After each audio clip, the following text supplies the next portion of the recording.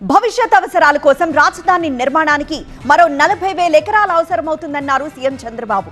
దీనికోసం భూసేకరణ చేయాలా లేదా సమీకరణ చేపట్టాలా అనే అంశంపై అభిప్రాయ సేకరణ చేయాలని సిఆర్డీఏ సమావేశంలో స్థానిక ఎమ్మెల్యేలకు సూచించారు. ఇక కొల్లేరు సమస్యను మానవీయ కోణంలో పరిష్కరించాలన్నారు.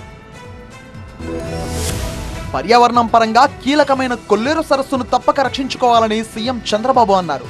కొల్లేరు వాసుల సమస్యలను మానవీయ కోణంలో పరిష్కరించాల్సి ఉందన్నారు. కొల్లేరుపై కేంద్ర సంస్థల ఆదేశాలు, పర్యావరణం, కాంటూరు అంశాలపై సోమవారం సీఎం సమీక్ష నిర్వహించారు. కాంటూరు పరిధి వల్ల 3 లక్షల మంది ప్రజలు సమస్యలు ఎదుర్కొంటున్నట్లు తెలిపారు. కొల్లేరు కాలుష్యం కాకుండా డ్రైన్ వాటర్ కు ట్రీట్మెంట్ జరగాలన్నారు. కొల్లేరు నీటిని సముద్రంలోకి తీసుకువెళ్లే ఉప్పటేరులో ఆక్రమణలు తొలగించాలని, కొల్లేరు పరిధిలో 20,000 ఎకరాల జీరాయితీ, డి పట్టా భూములు ఉన్నాయని, కాంటూరు సమస్య ఉన్నందున ముందుగా వీరికి న్యాయం జరిగేలా చూడాలన్నారు. రాష్ట్ర ప్రతిపాదనలను సిఈసి, సుప్రీంకోర్టు ముందుంచి వారిని ఒప్పించాలని చంద్రబాబు అన్నారు. ఏపీ సిఆర్డీఏ అధికారులతో సీఎం చంద్రబాబు సమీక్ష నిర్వహించారు. రాజధాని నిర్మాణానికి భవిష్యత్ అవసరాలను దృష్టిలో పెట్టుకుని మరో 40,000 ఎకరాల భూమి అవసరమవుతుందని అథారిటీ సమావేశంలో నిర్ణయించారు.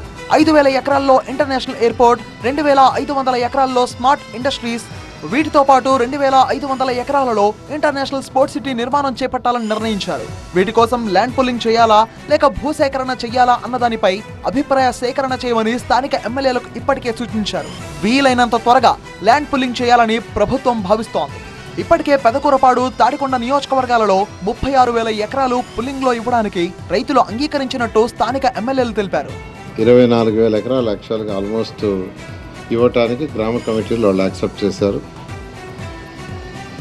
శ్రావణ్ గారు కూడా 3 గ్రామాలు యాక్చువల్గా చేశారు. ఆ 3 గ్రామాలు కూడా యాక్సెప్ట్ చేశారు. అది దాదాపు 12,000 ఎకరాలు వస్తుంది. 12,000 సుమారుగా పులింగ్ రేట్. రాజధాని కోర్ క్యాపిటల్, మాస్టర్ డెవలపర్ గా వచ్చేందుకు సింగపూర్ ఆలోచిస్తుందని మంత్రి నారాయణ తెలిపారు.